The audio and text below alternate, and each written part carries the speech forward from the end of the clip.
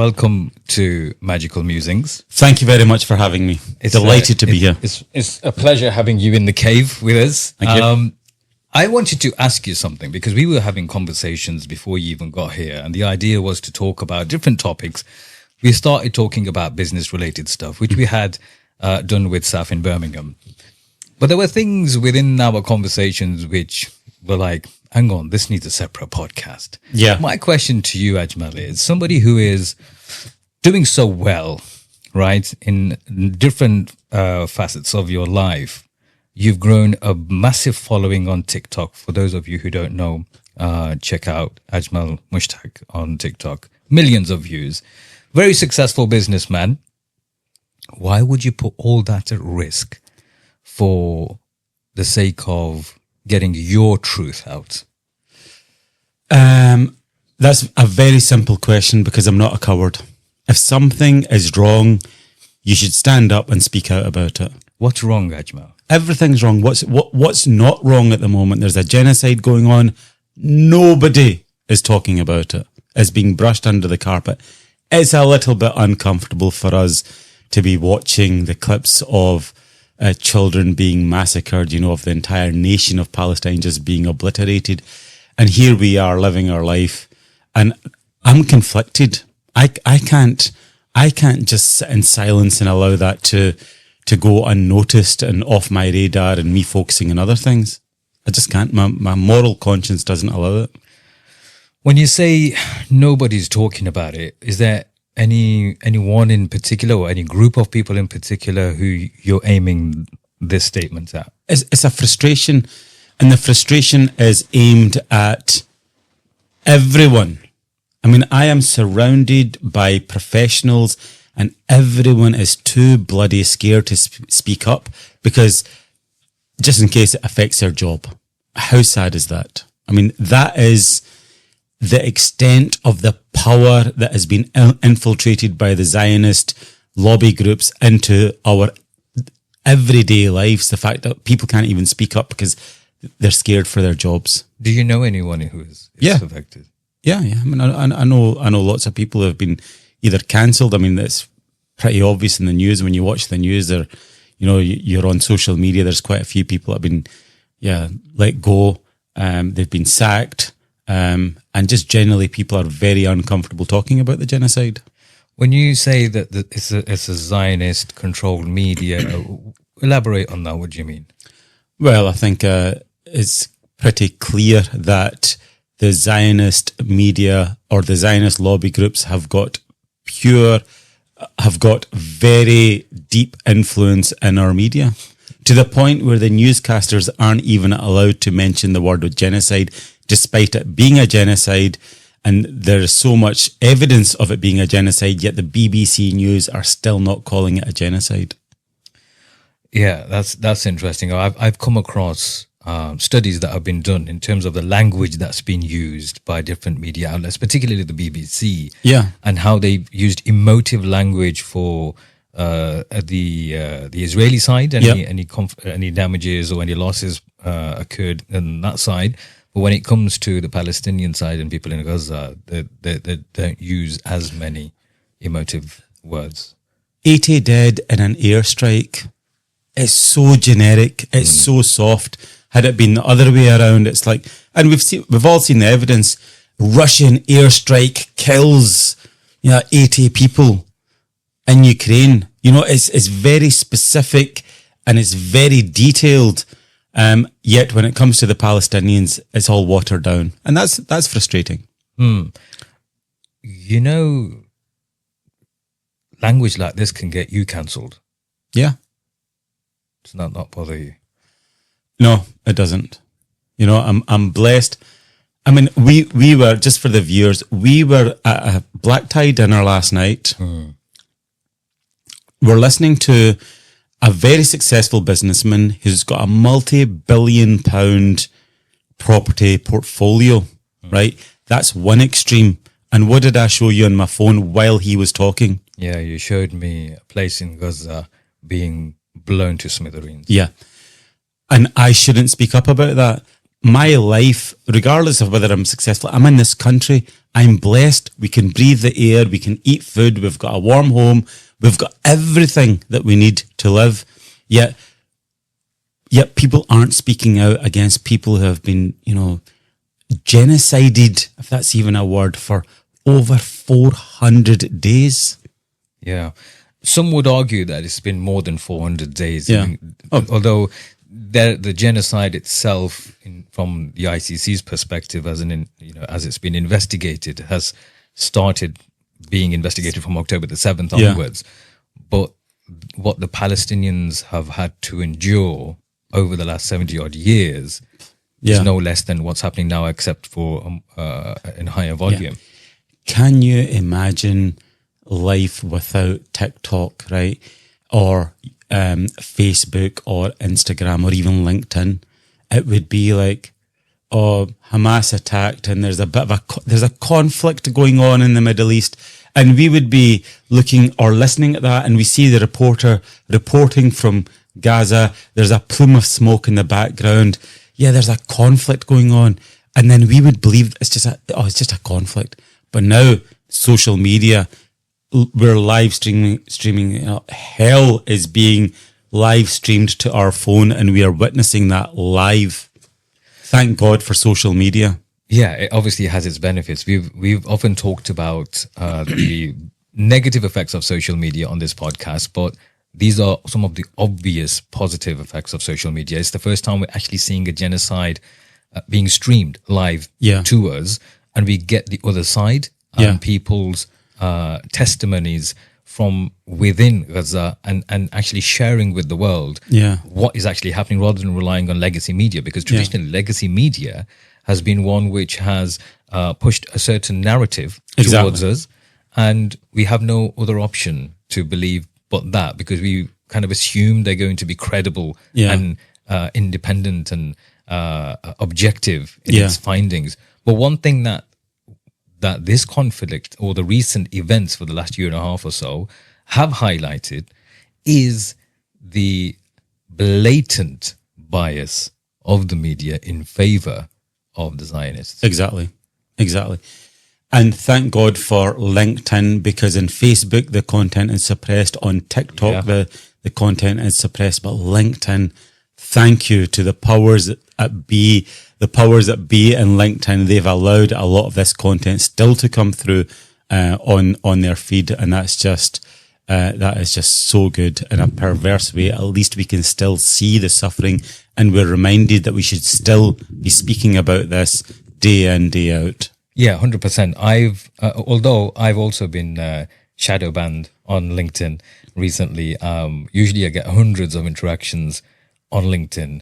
A couple of posts ago, one of my posts recently, I barely got 3 impressions, which means my post was only shown to 3 people, and only one person, I think, or no people had interacted with it by that time. Yeah. And it was quite incredible to see. On Facebook it's the same. Yeah. I've been shadow banned on Facebook. I had the last night's event that we went to. A lot of people were saying, "Where are you? It's not Ramadan when you usually go off on your detox and you're not on social media. We don't see you much anymore."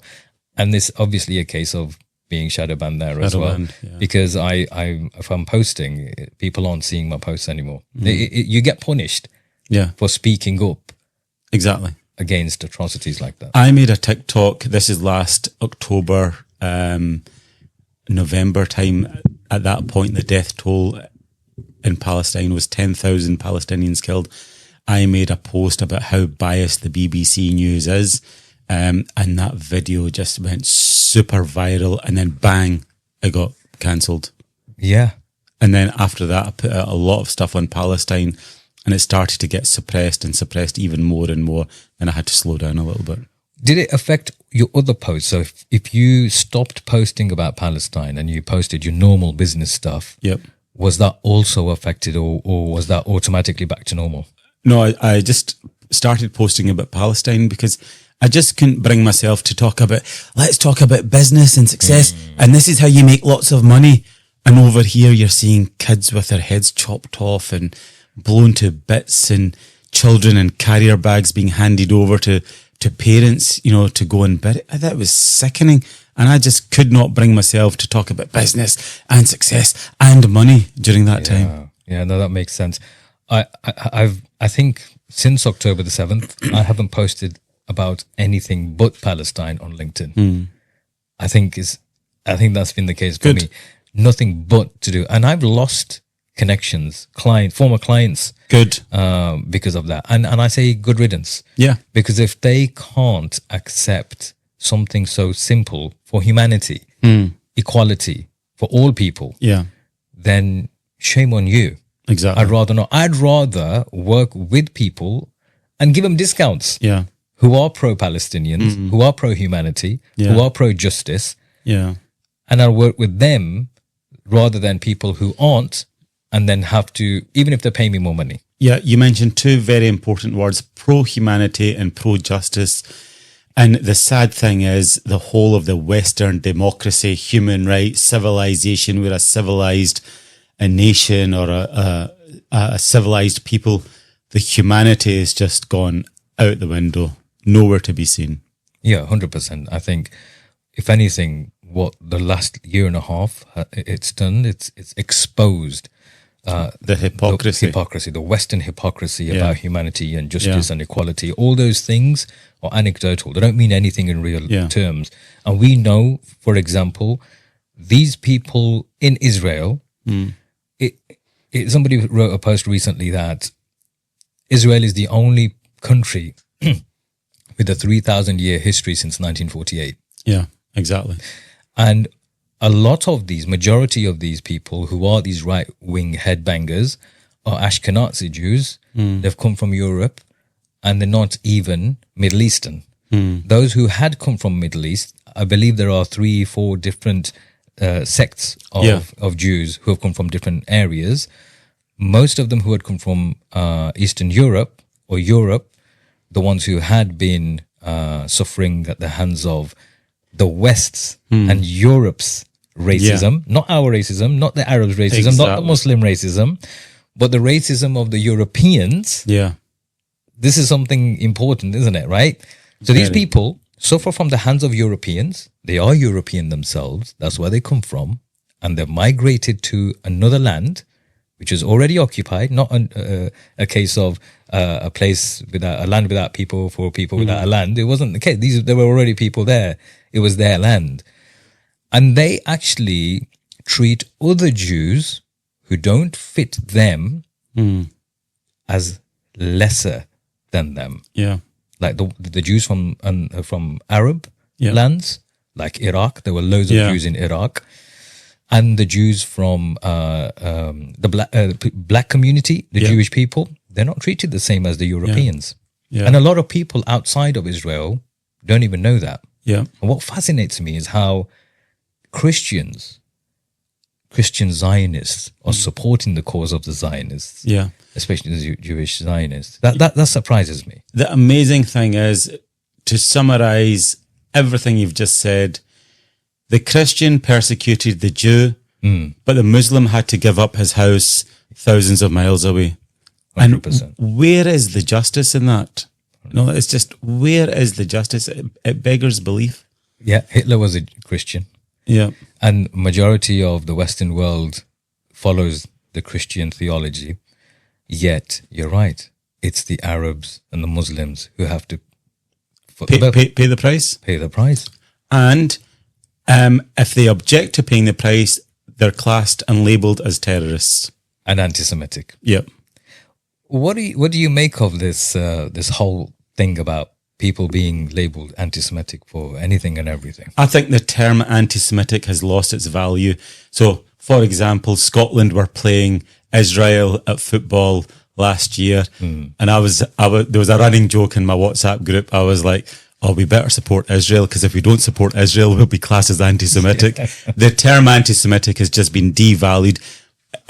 Previously, my understanding was it meant something like if you're speaking out against Jews or treating them, you know, in an unfavorable way, whatever, that's anti-Semitic. But now any criticism of the nation of Israel and their genocidal policy, oh, that's anti-Semitic. Nonsense. Yeah, 100%. And you notice how even in Europe, even now, those people who are pro-Zionists, they make it so obvious as well that they with what happened in Amsterdam. And it happened in Amsterdam. People from the politicians within Amsterdam, I think it was the mayor at the time, straight away blamed the migrant community and the Muslim community. Yeah. Without even acknowledging that it was the Zionists who went out and caused havoc in the first place. They pulled down Palestinian flags. They were shouting derogatory terms towards the Arabs, very filthy stuff. And they even started chanting things like, you know why there aren't any schools in Gaza? Because there aren't any children. We kill the children. Basically, stuff like that. It's absolutely sickening.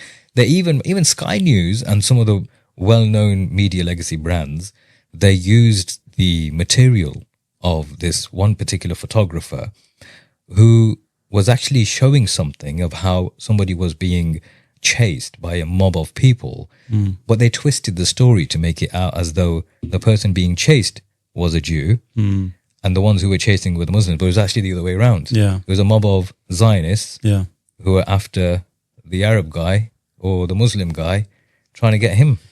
I think you've got to admire the Zionist agenda of taking over the politicians, the media. They've basically bought their way into the fabric of the very fabric of the being of our country. Now, the politicians are bought. There's so many lobby groups. Like David Lammy, for example, can't bring himself to say the word genocide. He can't do it. Yeah, and he's supposed to be a lawyer. Yeah. Same with Keir Starmer. Yeah, exactly. And it's the same in America. America's even worse. Yeah. So they get billions of pounds worth of aid. That aid is then filtered back to the politicians to make sure that they then vote in the Zionist agenda again or support it again. Billions of pounds are sent over again, and then that cycle just continues. Yeah, 100%. And that's really sad that the American population, a lot of them can't see that. Billions and billions of the pounds that are being sent over into Israel for a country which provides free healthcare to all its citizens and all the luxuries, which the Americans themselves don't get. Yeah. And that money could have been used for the American citizens to give them the free healthcare, to improve their amenities and improve their services. But they don't get it. Yeah. But their money, their tax money, is being sent to a foreign country. Just like Israel and America, I usually refer to it as the United States of Israel. Just like the United States of Israel is always claiming, Iran and its proxies. Yeah. Israel is the US. Yeah. It's the state of the US. Yeah. I don't see it any differently. And I came across somebody who once said, why is it that when they were looking for a place back in history and the Balfour Treaty came into being and they decided to have these negotiations with the Rothschilds, why didn't America give one of its states to the Jewish community? Yeah. Why specifically that place? It was negotiated in the background because they were persecuted by the Western world, not the Arab world. Under the Arab world, they were treated justly. Yeah. And I was watching certain documentaries about the history of the Islamic and the Jewish brotherhood throughout history. And the Jews actually prospered under Islamic rule, under the Ottomans, prior to the Ottomans, and they held very high positions. There is one Jewish scholar, even today he is referred to as one of the best theologians of the Jewish community. Yeah. I think they named him as Rambam. Right. He was a guy who spoke fluent Arabic. In his childhood, he actually went to a madrasa to learn the Islamic stuff. And he actually led the Muslim army against the Crusaders. Right. And the Muslims followed him because he had such a high position within the Islamic community. So the cohesion between the Jewish and the Muslim community was very, very strong. I went to an event last year, a charity event, and there were some Jewish brothers who were originally from Iraq. And he was telling us stories about how if anybody used to come for them, the Muslims used to protect them. When they were children, Muslims and the Jews used to look after each other's children if the parents had to go out somewhere. Yeah. They used to really have a very, very close relationship. Yeah. So history suggests something else. But the narrative that's being pushed right now, because of the agenda, is that, why is everybody bullying one little state, the only democracy in the Middle East and the only state in the Middle East or any state in the world which belongs to the Jews? So they can't even make their own minds up. Are they a democracy or are they a theocracy? Because if they're a democracy, they'd give equal rights to everybody. Yep. But they don't. In Israel, there are no equal rights for everybody. There's equal rights amongst the Jewish community only, but not with the Arab or the Muslim community. Okay. And you can see the apartheid measures that are taking place over the West Bank and, East Jerusalem and Gaza. You can see these are places that they have control over. Yeah. They are occupying these places. But even the Arabs who are living within Israel, they don't get the same rights. And this is what the community and the world at large is being sold or missold to say, we're a democracy. You're not a democracy. If you're a democracy, you'd give equal rights. Yeah. There are no equal rights. Exactly. But if you listen to one of their senior members, I can't remember his name. He used to be the ambassador in the UK for Israel. Elon Levy, maybe? No, before him. There was a guy, I can't remember his name. He still sometimes comes on, and Mehdi Hassan has interviewed him in the past, and they've spoken about several things. He actually admitted that, yes, we are an apartheid state, but you have to understand why. So he's basically justifying it. Yeah. And then, based on all these things, we get to see institutes, credible ones, big ones, important ones like the ICC, ICJ, Amnesty International, declaring, you know what? Israel is committing a genocide. And all of a sudden, they're anti-Semites as well. Yeah, exactly. You mentioned something. So my background is business, and I consider myself a business geek. I could talk about business all day long. I'm going to give you, the listeners, some business advice. Sure. If you want to make serious money, I'm talking mega serious money, get into weapons manufacturing. Yeah. Because the bills are in the trillions, and they're protected by government, by politicians, by secret acts. So you could get away literally with murder, and you're making billions of pounds at the same time. I don't know how anyone could work for those companies. It beggars belief, doesn't it? Yeah. But that's the reality, isn't it? It is an industry for weapons. Yeah. And I'll tell you something else. People don't know this. Aid is a scam. Yeah, you mentioned this the other day. What do you mean by that? Right. Here we go. We've just given, for example, I'm just using round numbers, we've just given £5 billion worth of military aid to Ukraine. Okay, fine, that's good, that's noble. The government has gone to the weapons manufacturers, bought £5 billion worth of weapons. They've sent it off to Ukraine, and the government's left holding the bill of a £5 billion bill. Who's going to pay it? You and me. Ordinary citizens of the country, and we're going to be taxed to pay for that bill. So aid is a mechanism for wealth transfer, and the quicker people realize that, the better. It's the biggest scam ever. And the irony of it is, we'll pay for it. Yep. But those who actually benefit from it, from a financial perspective, Yep. are the shareholders of these arms companies, Exactly. who often happen to be these oligarchs and these big wigs within our country and from others Yep. who have similar interests. And in they've their got investments. control over the politicians or influence with the politicians. And a lot of the politicians sit on the boards of these companies, which is why in America, so many of the senators, etc., are like multi-millionaires. They start off nothing, and then within a few years, they're like multi-millionaires. So the aid is a scam. How would you propose this is how do you propose this is brought out into the open? Through discussion like this. Yeah. It's very, very simple. I mean, who has to pay the £5 billion bill of aid that we've just sent to Ukraine? It's ordinary taxpayers. And the country is now at breaking point with the amount of tax that we pay. We pay tax on absolutely everything. Let's just take a step back for a second, right? We're human beings. And we talk about, obviously, the things that are happening, the atrocities that are happening, and things like Palestine, Syria, whether you've got Lebanon and Kashmir and all sorts of different places. And then here, it's almost like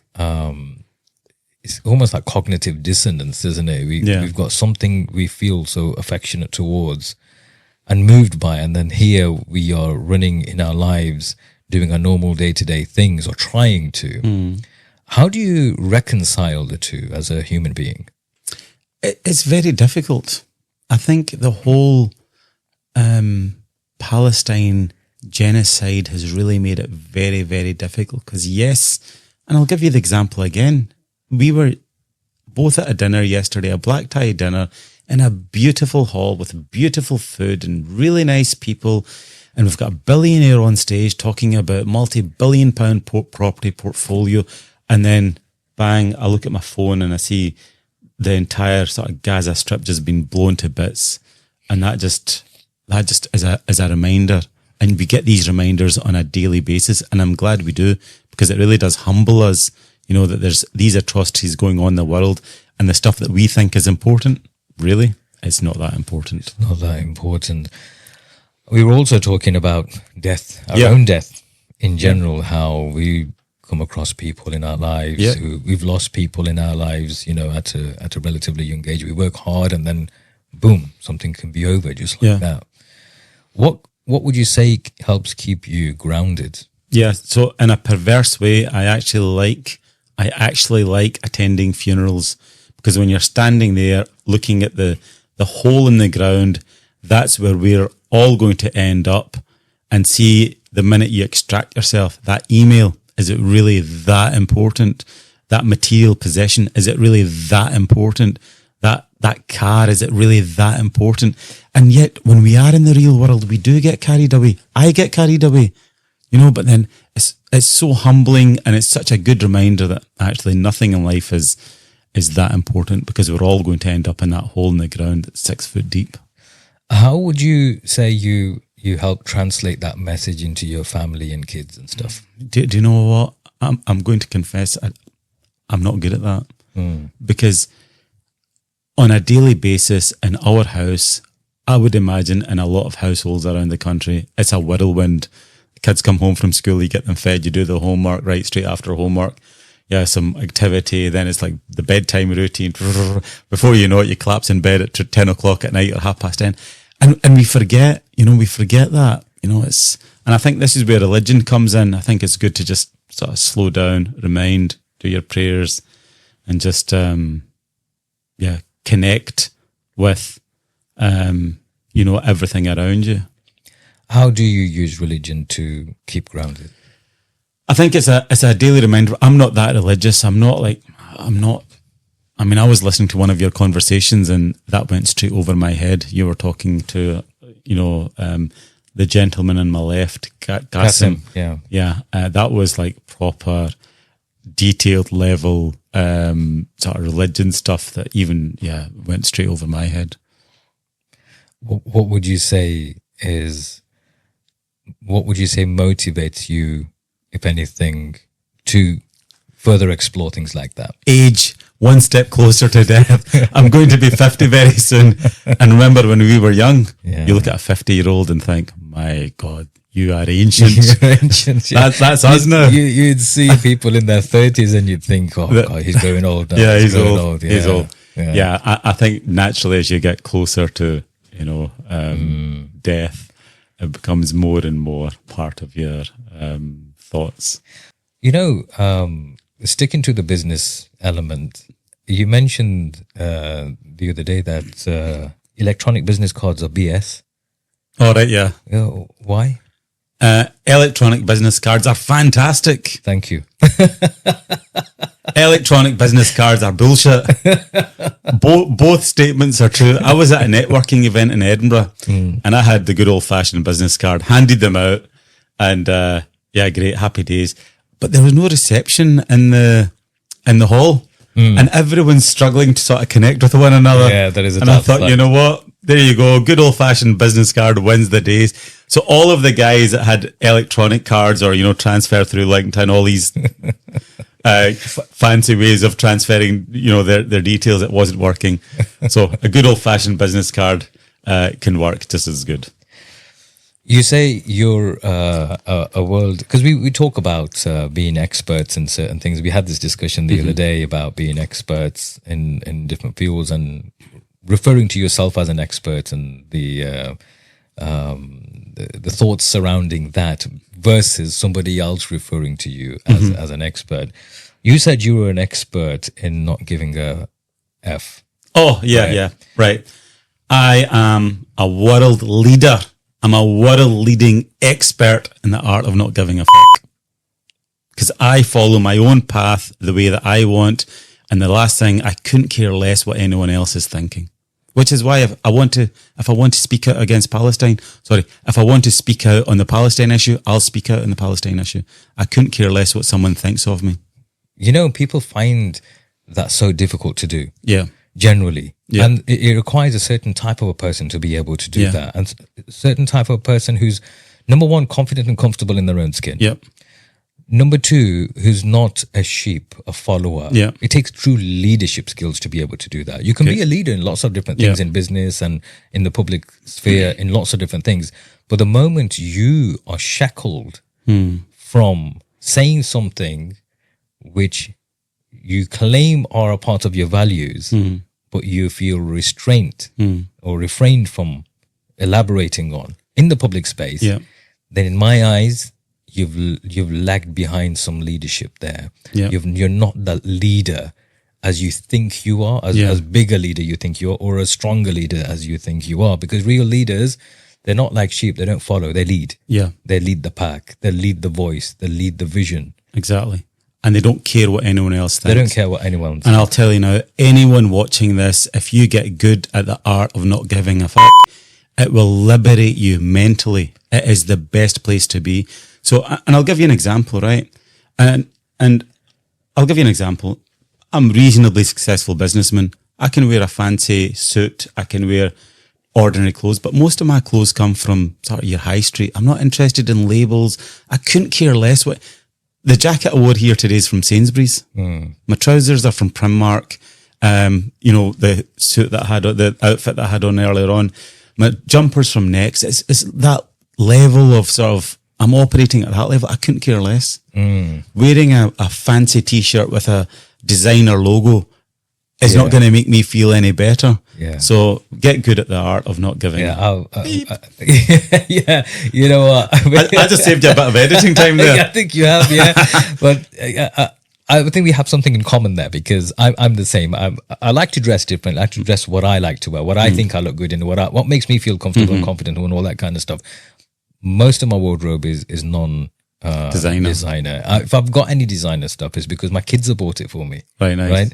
Apart from maybe the odd watch here and there, which I have a liking towards, but other than that, nothing. And that's just me, and it doesn't make any difference to me. Yeah. And nobody's gonna take my jacket off, check the label. Yeah. They used to do that in the back in the olden days when I used to be in the sales game. Right. You know, when you worked in sales, Right. Salespeople are so fill in the gap.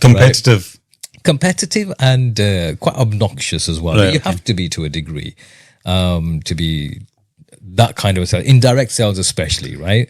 Not in consultative sales because that's very much different. They used to come around, the sales team used to check what you're wearing and check, Hugo Boss and all that kind of stuff. That was different.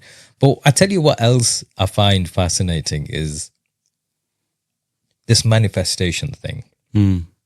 This thing about visualize something and you visualize it strong enough and the light will come to you and the world will work in your favor. What do you make of all this? I don't believe any of it. I think it's visualization, manifestation, all of these hallucination, whatever nation it is. I don't believe it. I just believe in one thing, hard work. Just roll up your sleeves and graft, and that's what brings the results. It's very simple. It is when you think about it, isn't it? You see, I can say, because I'm an NLP practitioner myself, I'm qualified as an NLP practitioner. I was thinking about this the other day, and I came to a realization that any of these arts and sciences of psychology, psychotherapy, NLP, neuro-linguistic programming, these are also BS. Right. If they're not God-centric. Okay. So a lot of these sciences try to delve into you realizing who you are, what you stand for, and what's your innate disposition as a human being, and to improve on that. But if there isn't a system of grounding, a value system that's pinning everything down in the foundations, then no matter where you go, you can be taken. No matter where you want to go, which way you're inclined to go, you could be taken.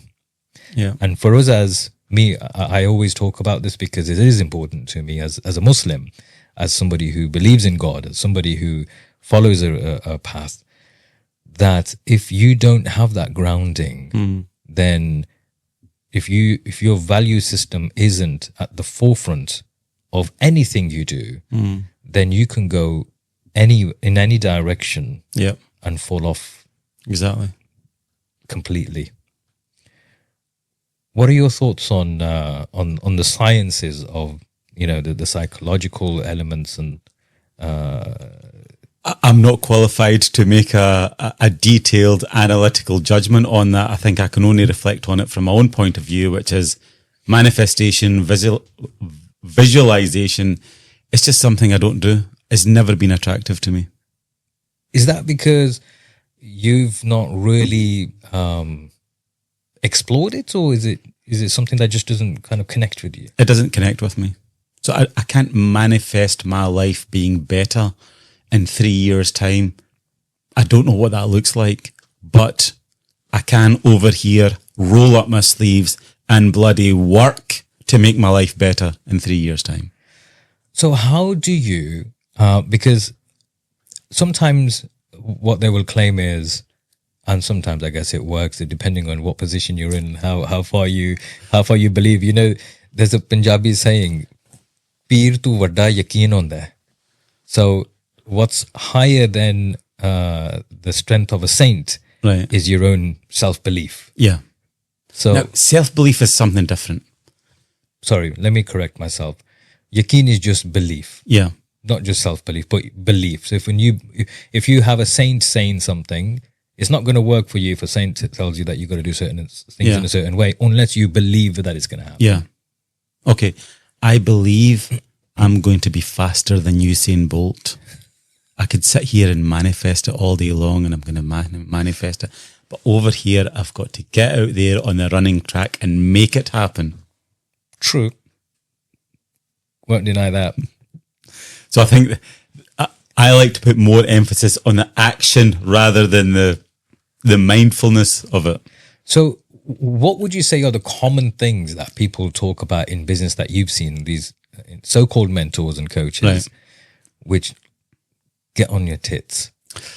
Everyone's making so much money. Okay. Everyone's earning £10,000 a month, right? That's the starting point. Secondly, everyone's got a Lamborghini. Everyone's got a place in Dubai. Everyone's living the high life, and everyone's selling a course or selling a book on how to do it. And I think that really annoys me, because I know I can see right through that. See a legitimate, genuine business operator, I can spot them a mile away just by the way that they talk. Because see, people who have gone through the struggles, they'll talk about the struggles and the hardships. And the people who haven't gone through, they'll just talk about the rosy side of business. They'll talk about the successes in a very light, superficial way. I can detect the bullshit a mile away. Let me ask you a question. What do you make of these high ticket sales type of programs, like for coaching and stuff? It's a business. And I think, I would never go for it. Why not? I think I'm Let's just say you're not where you are now. Yeah. Let's just say it was long before you went into the into the world Of of business. management consulting. Yeah. Because before you went into business, you were in management consulting, right? For, blue chip company Yeah. and stuff. Before you went into that, because something aspired you towards this kind of discipline, Yeah. would you have considered high ticket sales coaching programs? I think if I didn't have the experience that I've got, yes, then possibly I would have done. Because it's if you've not got something, it's easy to be persuaded. You look at something, but fortunately I've got some academic experience, I've got practical experience, I've got blue chip experience, I've got business experience of running my own business. So I think I'm a fairly good judge of detecting if that's going to work or not. What do you make of coaches in general? Having a coach, have you got a coach, or have you ever had a coach in life? Like a business coach? Business or personal coach? I've got a personal trainer. Okay, other than a personal trainer? Coaching, no. No coach, no mentor. But what I do is I keep my ear to the ground, and I keep an eye out for any snippet of information that can benefit me. And if I get that snippet of information, it gets locked away in my brain and I use it over and over again. So would you say because you have that ability to do that, it's okay for someone like you not to have a coach or a mentor, but people who don't have that ability, they should get a coach? There is no special ability there. If you hear a good tip or a good sentence or a good sort of insight, what I do is I just write it down, and I've done that for like the last 30 years. I've got a Word document with all of the great sayings and little hints and tips, and I refer back to that on a regular basis. That's no special ability. That's just documenting what you've heard. Okay, so because you stay in your own lane, you do your own thing, and you have, mashallah, a good aptitude for these kinds of things and attitude for these kinds of things, and you have the mental ability to translate or interpret things in a certain way. But not everybody has that. Yeah. So I think from a mentor, the element of having a mentor, okay, I get it. I understand that. From a coaching perspective, though, I think just like athletes have coaches, a professional coach's job isn't to give answers anyway. It's the art of asking the right question for somebody to derive to the results themselves. And sometimes you just need somebody to ask you that right question if you're not clear on something yourself. Would you say you agree with that approach? Yeah, I think to a certain extent you do need some guidance, but be very careful who you take the guidance for. Only take advice with someone you're willing to trade places with. 100%. You know, that's probably one of the most important points, because there are a lot of rogue, maybe that's not even the right word. There are a lot of coaches out there who are offering people to transform their lives when they've not actually got anything to show for it themselves. Yeah. How would you do your due diligence before advising somebody if somebody wants to get a coach to help them with something, what would you say are the key elements to look at, or key things to look at before hiring a coach? So in my business, I've had people come to me saying, we can coach you in this and we can coach you in that. Yeah, we could help you grow to like 300 employees, 400 employees. We can put the systems in place. Yeah, great. How many people work for you? I just work for myself. What do you then know about a 400-man organization? What could you possibly coach me? Whereas someone else has actually got 400 or 500 people working for him. He could give me the insight, that he could give me hints and tips all day long about the pros and cons of teams and having that number of employees. What about, because I'd say that's a very valid point, and I would say that applies more towards mentors as opposed to coaches. Because mentors are people who are supposed to have done it all, right? Yeah. They're going to show you how to do it better. Yeah. Coaching, I think, for those situations, I don't think, you'll struggle to find people who have had that kind of an experience, right?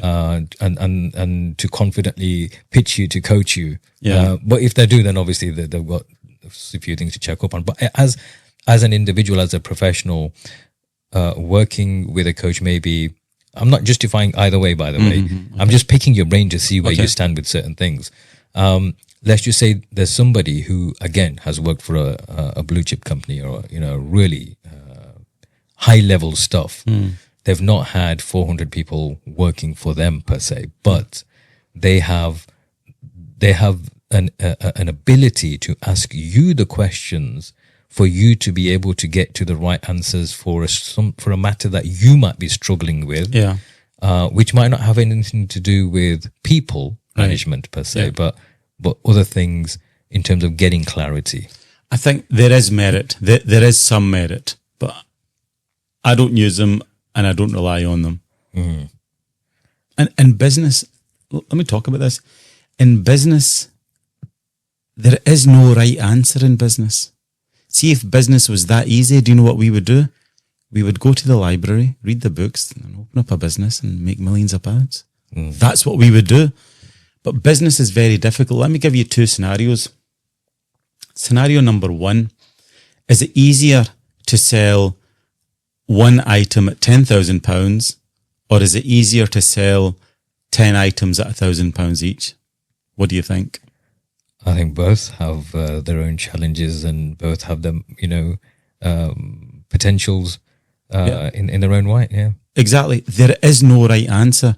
I could ask 1,000 people. I'll say, give me either one answer or answer A or answer B, and it probably will be split down the middle. But in reality, out there in the real world, there is no one right answer for business. That's why running a business is so difficult. Scenario number two. You've got two areas, Area A and Area B. Area A spends a lot of money in your business. You've got a lot of customers from that area. And in the second area, Area B, the customers don't use your business. You've got a pot of, say, £5,000 marketing spend. What audience do you target? The people that are already using you or the people who are not using you? What would you say to that? Yeah, that's a very good question. And there could be arguments for both again. Yeah, because you could say, okay, in Area A, they're already using me. I need more of those types of people. I want to market into those communities. But Area B, if they're not using you, then you can say, hang on, they're not using us. We need to market there. And I have actually experienced this myself in my years of business. We've spent money targeting areas where the customers aren't using us. It's made no difference. Yet you ask that same question to someone else to say, oh yeah, that was not a market for us. Now we've tapped into that market and now we've got lots of customers from there. So the key thing is, anyone listening to this, there is no one right answer in business. That's what makes it so difficult. And I find this fascinating. Why does one business succeed and another one fail when they're almost like doing 99% the same thing? And what have been a part of your findings for that? It's just the micro decision making. That it's a tiny, tiny little details that make such as it could be like such as, so for example, it could be the quality of the food, it could be the price, it could be 5 pence more expensive, 5 pence cheaper. That's enough to sort of tilt a customer. It could be the quality of your product, it could be the quality of your service, it could be a whole host of just little things that often make one business better than another business. Well, let me ask you, why do you prefer, just for talking's sake, why do you prefer Facebook over LinkedIn? Yeah, just used to it. Yeah. For me, it was a case of it was more responsive to my messaging than LinkedIn was back when I started. Exactly. Although that's changed, that's flipped on its head. Fine. And now if I ask the next person, the answer might be totally the opposite. So you could ask 1,000 people and the answers are all going to vary. So it's just very, very difficult. And that's why I'm saying running a business is incredibly difficult and often there is no one right answer. Yeah, I couldn't disagree with that. And this is probably why when we were recording the other podcast with Saf the other day, I was going around in different scenarios and I couldn't come to a clear answer because some of those questions was, okay, is it A or B? You know, is it going to be this or is it going to be that? You were like straight down the pipe, like bang, bang, bang. And I was like, hang on, it depends on this and it depends on that. And I couldn't give a straight, it's almost like he was asking trick questions every time. Oh, right, okay. Oh, wow. Well, that was a very interesting. For those of you who, actually, if you're watching this, then Safraz Ali will have an episode which he had a discussion between myself and Ajmal. And it was a very intense but fascinating conversation that we had. So on that note then, we've all got to go one day. Yep. Death is inevitable. Yep. Majid Waris is going to die. Ajmal Mushtaq is going to die. Yep. We'll be long gone from here. No more Rolexes, no more Rolls Royces, no more fancy things and everything that you've worked for, the millions that you've made. it'll mean nothing on that day. Exactly. How would you like for people to remember you after you've gone? That's an interesting one. I think just now what I'm doing, I'm just out there helping the business community. I think business is hard, and I'm just putting my message out there free of charge. I'm not expecting anything in return. And it's costing me thousands of pounds a month, but I don't mind. No, I think if you're blessed with either knowledge or, if you're blessed with a certain knowledge, I think it's okay to just go ahead and share it and not expect anything in return. And I think that's where I'm winning. Yeah, fantastic. I think you are too. I think that's one of the things that you do quite actively, even on social media, isn't it? You're not just sharing the positives of business and earning the millions and buying the fancy cars and stuff. You're telling the audience all the challenges that it comes with and all the hard work that goes behind it. Exactly. 80% of my content is negative. It's like, don't bloody do it. It's too difficult. It's going to drain you physically, emotionally, financially. It's going to take you to the point of ruin in most cases. 90% of businesses fail within 10 years. So the journey of entrepreneurship is not what is sold on social media, where it's all ups and ups and ups and cars and Lamborghinis and the trips to Dubai. It's far from that. So why would you focus 80% of your content on the negative stuff? Because it's real. Okay. Yes. See, when I turn up at work, I'm not dealing with sunshine, roses and great meetings. And even when you're in the meetings, you're dealing with the issues, the complexities, the challenges, the things that need done urgently. 80% of my day is a headache. You're dealing with the challenges and issues. And it's only days like this when I'm out doing a podcast with yourself or having dinner with you last night, attending a black tie event. That's like 20% of it. Yeah. The other 80% I'm stressed out of my head. Yeah. But not everybody still gets to use 20% of that time to chill out and have a good time. Yeah. Some people never get that time. Yeah. Yeah. What do you make of people who do work from like 6 o'clock in the morning to like 10, 11 o'clock at night? Do you think that's the right thing to do? Is there a right or wrong in that? I did that for 6 years. I worked so hard for 6 straight years, no day off, no holidays, didn't have dinner with my wife for 6 years, hardly saw my son for the first 6 years of his life. And I think in any endeavor, if you want to stand on the podium with a gold medal around your neck, you need to sacrifice. And then I get asked, well, you just lost 6 years of your life with your son. And I thought, well, since then, I've gained every minute of every day if I require, because I've got a daughter now as well. I'm at home all the time. I can be at home every day of the week if I wanted. I've done the sacrifice, and now I'm going to live the rest of my life in relative comfort. Alhamdulillah. Let me ask you this then. When you did those 6 years, from morning till night and sacrificed so much, in your mind, what were you working for then in comparison to what do you work for now? Then I was working to establish my business. And any business, it just takes an insane amount of effort to get it up and running and then for it to be successful.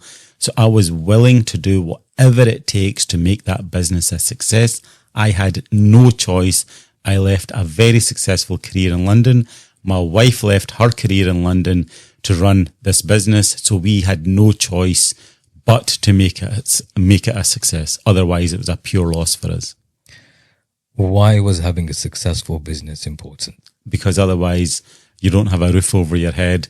You need money to pay the bills. You need money to go on holiday. You need money to put fuel in the car. Of course, I agree. But here's I guess the question is, why did it have to be right up there? Why couldn't it be average? You could still have money in the bank, a reasonable amount. You could still have a roof over your head. You could still have clothes on your back. You still have food on your plate. Yeah. Why did it have to be to the heights that you had reached? I knew no other way. The example I give is like you're sitting in the Flintstones car, where you're pedaling with your feet. You're going uphill. You've got to keep pedaling. Why have you got to? Because if you stop, everything just collapses. That's for the Flintstones car. Yeah. But that might not necessarily have been the case for you. No, it is the case, because if any business is like that, it's an uphill battle. You're pedaling very, very hard. The minute you stop pedaling, the competition will just go right past you. Agreed. I don't disagree with that. So just wanted to challenge Sure. on from again, the thought processes of somebody who is as successful as you are. Right. And obviously we meet people like that, like Saj is saying now, as a mutual friend, Safraz Ali, and these are people who are in our circles and there are more, obviously. Yep. But there are certain traits which are common amongst them. And these are the kinds of traits. So my question to you is, why not have a reasonable income? Yep. Why not have a reasonable car? Why not have a reasonable house, a reasonable amount where you can still relax? Yeah. Why does it have to be the very best at the very top? Last night, we were listening to a billionaire who's talking about he's got a £2 billion portfolio, and within 3 years, it's going to be worth £4 or £5 billion. I wanted to ask exactly the same question. I was thinking, gosh, is 2 billion not enough for you, mate? Yeah. You know, that exact question that you're asking me, I was thinking, well, you know, when is enough? Yeah. Why are you pushing it to that level? I don't know the answer. I can't answer. Okay. No, that's fair enough. And that's the question. That's the exact question I wanted to ask this billionaire. Yeah. It's interesting. Because some people could see the likes of you, multimillionaire, as saying, one's enough. Yeah. You know? I don't know. I genuinely don't know. I think you're on this treadmill, you're on this journey, and I think it's quite hard just to stop, because that's who I am. That's all I've ever known. Since the age of 14, I've worked very, very hard. Do you thrive in competition? Yes. Competing against who? Any rivals. Okay. And the reason being, I think competition keeps you sharp. Sure, I agree. What about yourself? Competing against yourself? Always on a journey to improve myself, learning as much as I can. I think I've been called a business expert or a business guru. I consider myself a business geek / business student. I'm still on this journey of learning. I just want to just dedicate as much time to learning and reading books and understanding different strategies. I mean, that's all I do. Well, this is something fascinating I've seen amongst people like, who are very successful in life and in business. They are humble and into saying that I'm on a journey, I'm still learning. You see some of these boxers like Otto Betebiev, I don't know whether you follow boxing. This is a Muslim boxer, and he's just won the titles for undisputed. And he always says, inshallah, one day I'll be a good boxer. I'll be a better boxer, you know, and he's at the pinnacle. He is the best. Yeah. Got all the titles. And, you know, he's very humble. Everybody who's a professional, everybody who has achieved a lot. The only people who, here's the other thing. There are some people who have achieved a lot, maybe not through legitimate means. As far as, I mean, this can be speculative or things that you may have observed or see or heard or whatever. But those people who haven't always been through the legitimate way of achieving high things, big things, they are less shy about calling themselves experts. Those people who have put hard graft, no shortcuts, did it the legitimate way, they would always say it's a learning curve, I'm on a journey, I'm still a student, like you've said. That fascinates me. It's amazing how the thinking is different between people who have done other things, the naughty things. And oh, right, okay, that's a really good point, right? So a lot of people don't know this, right, because they just see me from TikTok, but previously I ran the biggest takeaway kitchen in Britain, right? And I had won Scotland Chef of the Year for 4 years out of 8, right? So I was like, when it came to cooking food, I was like shit hot, right? I was really good, right? But you know what I would do when I would step into the kitchen? My very first step into the kitchen, I said, I'm just an amateur. I regarded myself as the worst chef in town. You were actually cooking yourself? Yeah, I mean, I was the chef. You were the chef? Yeah, I was the chef. I was the chef director. I had like a team of 50 guys working in the kitchen. So I was the chef director, but I knew every single station in the kitchen. Right. I took it upon myself to learn that. But when I stepped inside the kitchen, I would consider myself to be like the worst chef in town. Do you know what that did? It made me sharpen up my game. Like, fucking hell, right, I'm going to roll up my sleeves and I'm going to work to the best of my ability. But out there publicly, I had all the titles. Yeah, Scotland Chef of the Year, and yeah, he's doing really well. But inside, that's what I felt, and that's what I'm saying to you now. I might be okay at business, but inside, I feel like a business amateur. You know, there's still so much to learn. Do you think I don't think it's the case with you, but do you think some people suffer from what we might call imposter syndrome? Everyone suffers from imposter syndrome. Everyone. Like, how do you mean? I could sit here, talk confidently all about business all day long, bring in Bill Gates and Mark Zuckerberg and Elon Musk, and I'll suffer from imposter syndrome. Yeah, true. So everyone, no matter what level you're at, there's always someone smarter, more intelligent, richer than you. And when you operate in that area, then you actually do feel a bit of an imposter. Yeah, I guess so. But also at the same time, it's very important to be in the company of people who have done more than you, are better than you, or more knowledgeable than you. Otherwise, you don't improve, really, do you? Yeah. You learn something from them, and Exactly. you learn something different, something new, something out of the box, something you may not have considered, and reflecting on what you're doing as well. Yeah. And also, on your note, because you say you're always soaking this information up, and you're very competitive. This is stuff you can pick up to improve everything that you're doing. And this is the best time in history to be learning, because you just need to open up your phone and you've got the world's information at your fingertips. So whatever craft you want to pursue, the information at your fingertips. There's no excuse. I say this to my kids as well. I say, you don't know the meaning of getting information. Yeah. I remember the days we used to do homework, right? Or any assignments from school, we'd have to physically walk to the library in the snow. Yeah.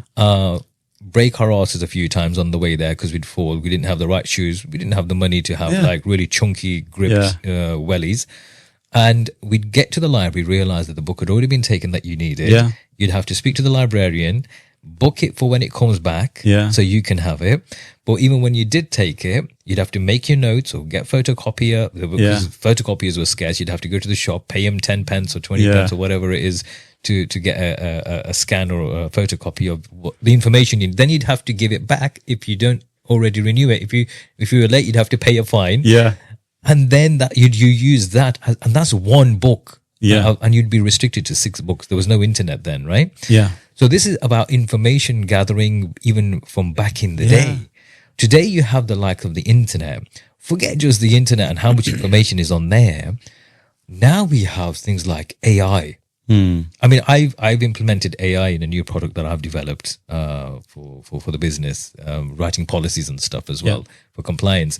And I've realized how integrating things like that can help save a lot of time. Yeah. So it might not be always legally accurate, for which reason you'd always need somebody who knows their stuff to kind of go through it with them. But AI is doing people's homeworks for them, writing their assignments for them. And then you'll need another AI model to check whether this was written with an AI model, Yeah. So what do you make of this new kind of phenomena with AI and stuff? I think we need to embrace it. I think it's phenomenal. I think a lot of it is misunderstood. AI it might not take all of your job away, but it will make 20, 30% of your job. It will automate it and streamline it. How would you say you could use AI in the industry that you're in? Very early to say at the moment, but I can guarantee you one thing, based on historical data, AI is going to be mega big in 10, 15 years' time.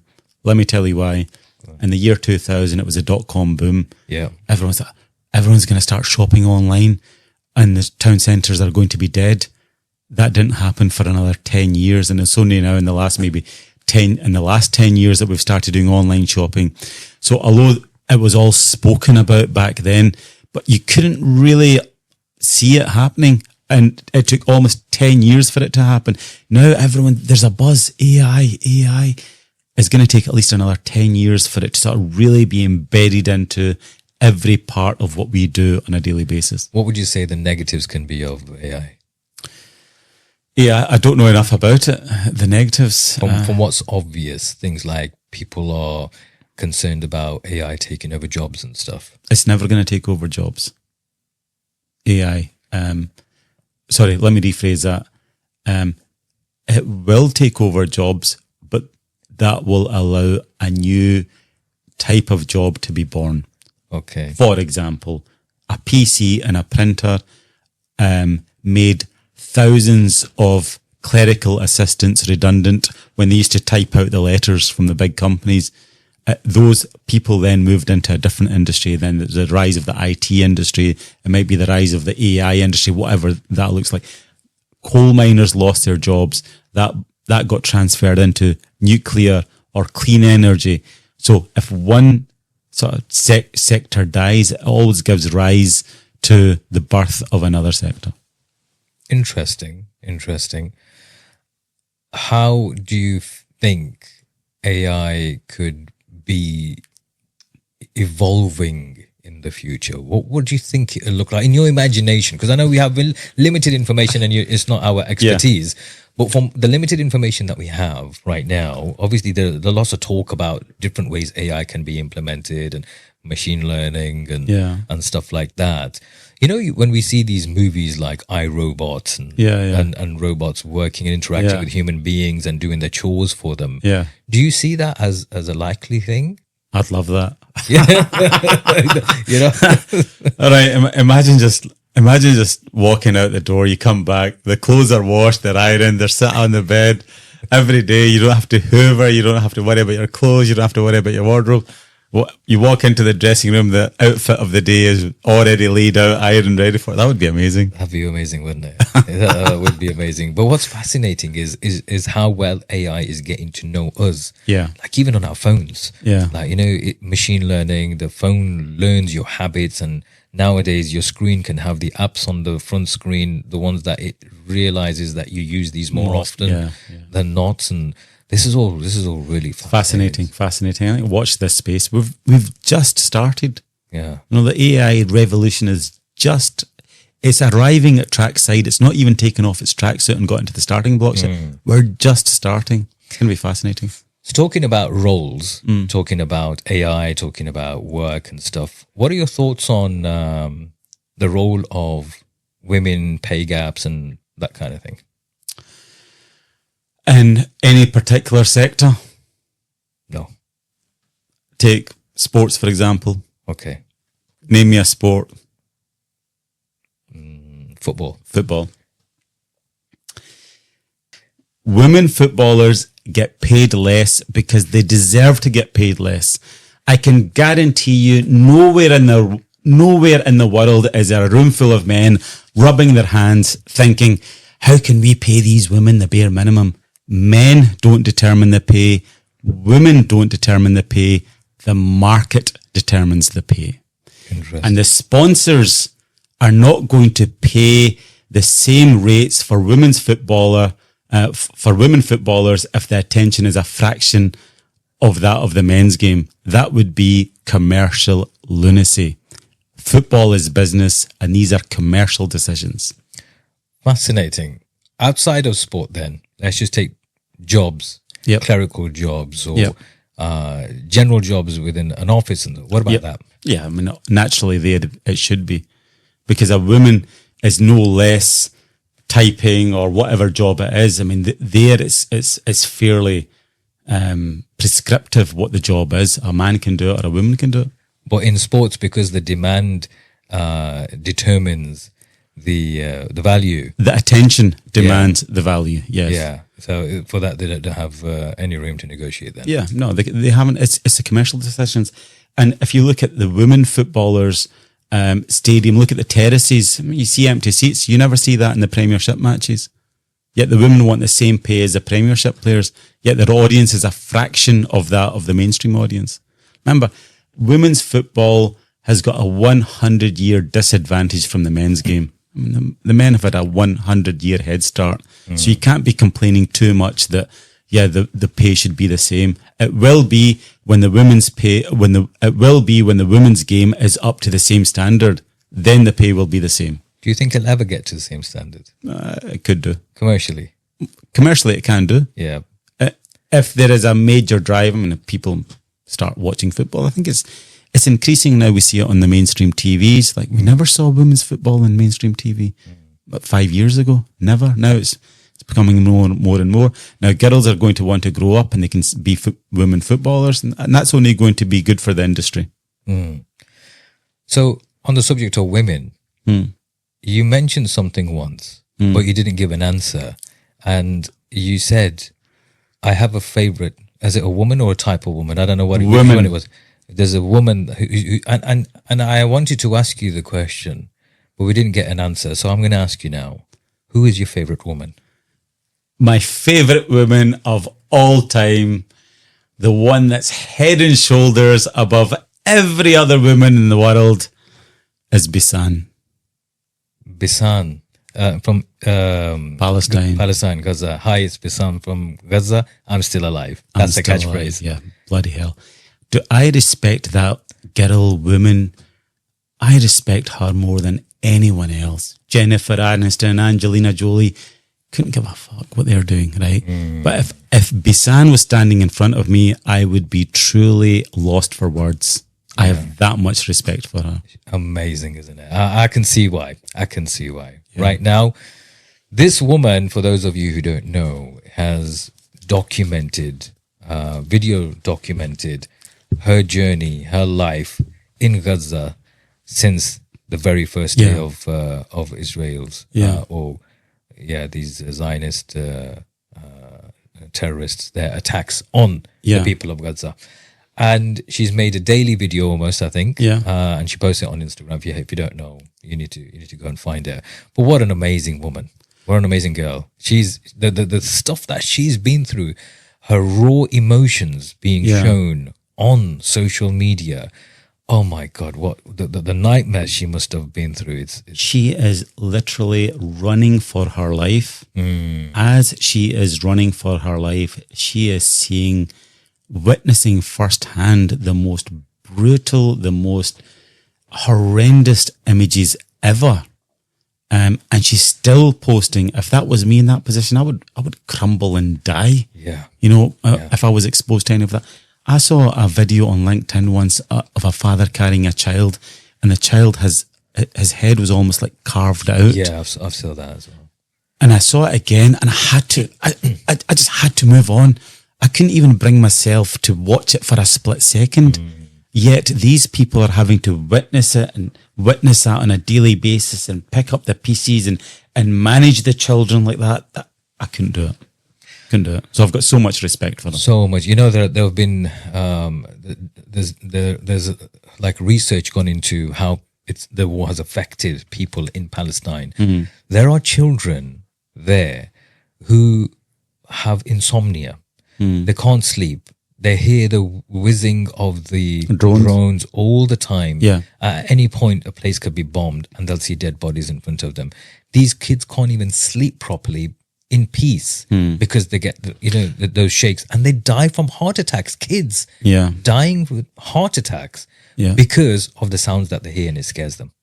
Those sounds are intentional. The drones are flying constantly. That buzz is constantly in the air. Psychological. It's designed. That is psychological warfare. Yeah. And no one's speaking about that.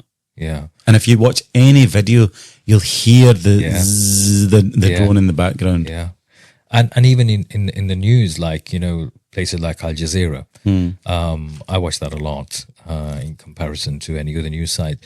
And even their reporters, now they only have people who have reporters over there now, and even their reporters, when you listen to them, you can hear the drone in the background. And it's disturbing. Yeah. And we only hear it for like a minute or so. Yeah. And it's really disturbing. You think, imagine having to hear that 24/7 night, every day. Yeah. Every single day. It's crazy. And now what they've done is their reporters, a lot of their, and they obviously they're going to be Palestinian, obviously they're going to be in Gaza, and obviously they're going to be reporting what's happening on the ground. Israel has killed so many journalists. It's unbelievable. Their journalists, Al Jazeera journalists, have been listed in like wanted list on the pretext that they're associated with Hamas or whatever. Yeah. It's just become so ridiculous. It's become a farce. I know we're bringing round robining here and circling back into Palestine issue, but it's obviously a situation we can't ignore. It's a topic we can't ignore, and there's so much surrounding this that we could probably go on for days just discussing the hypocrisy and the atrocities committed by this Zionist terrorist regime. That it's mind-boggling that people can still find ways of justifying their actions. I've got a question. We were told 80% of the people in Palestine support Hamas. So I've got a question. This is for clever people only. See, the opinionated people, this is only for them. Who should they support? 400 days of genocide and no one has stepped in with the remotest bit of intervention. If anything, all of the Western governments are selling even more bombs to Israel. Who should the people of Palestine support? Let me take you a step in a different direction. Okay. When they say 80% of people support Palestine, number one, where do they get in those stats from? Yep. They're probably getting those stats from the elections which took place in that time, which is over 20 odd years, 25 years ago, whatever, right? Over half of the population in Gaza are not even that age or have been the age to vote. Yep. So more than half of Palestinians or half of people in Gaza were not even eligible to vote then. 70% of the people who are killed right now in Gaza are women and children. More than half the population is children under 18. Yeah. They didn't even vote for Hamas. They couldn't have legally shown or strategically shown any support for Hamas. Hamas have been in power, but guess what? It's Israel who didn't allow them to have other elections after that, for which reason they're still in the governing body. Yeah. Okay. So back in the day, Nelson Mandela was dubbed the terrorist. Yeah. Then he became known as the freedom fighter. Then he won loads of awards for fighting the Nobel Peace Prize. Nobel Peace Prize. The same person, the same cause. Nelson Mandela is a terrorist. Nelson Mandela is a Nobel Peace Prize winner. Yet everything he believed remained exactly the same. Yeah. 100%. So the system is wrong. And that's what I'm asking now. Like, who should... Let's forget 80%. Let's say if there's 10 people in the whole of Palestine that support Hamas, right? Naughty. Who should they support? There is no other option. Yeah, exactly. They're seeing their families being obliterated, killed, their houses bombed. And there's only one person, that one guy is called Hamas. And he's saying, no, what you're doing is wrong. We need to protect these people. And the rest of the world is remaining silent. And then they get criticised for supporting the one person that's actually fighting their cause. Here's another question for you. How do you think, and how accurate do you think this labeling of terrorists is by the Western world? Because the real question here and the real dilemma here for most people who are watching this conflict and they're looking at things and thinking, okay, I can kind of understand why there's been a backlash from the Palestinians. They don't want to be seen as supporters of Hamas because that would be illegal. Yep. Okay, I'm talking about the average person out there, but those people who can see, okay, these guys have been cooked in a pressure chamber, and they've burst out, and it's a result of the Israeli position on them and the way they've been treated by the Israelis for such a long time. Yep. What did you expect? So that's one position. The other position is, well, these guys have been living under apartheid. They can't even protest peacefully. They get shot at. What other option are you giving them to protest? The only way they could have protested was to do something outrageous like October the 7th. And so people are finally beginning to listen to their plea. Well, maybe that's the purpose that they served. And they've served that purpose. That's another position, right? And another position could be, okay, Hamas is a terrorist organization. This is really bad. They're really naughty people, blah, blah, blah, killing innocent people. They want, and again, they keep citing Hamas's manifesto about wanting to eradicate all Jews and whatnot. Again, they're quoting and misquoting because apparently that was revised and updated to Yeah. the new people who took over Hamas and whatnot, and say, no, that's you're misunderstanding what we're saying. We're not saying just Jews because they're Jews, but the Zionist entity, which is a right-wing group of people who want to see our demise. So when we say from the river to the sea, Palestine will be free, it's no different to what's in the Likud Party manifesto, which says from the river to the sea about their people. So it's no different.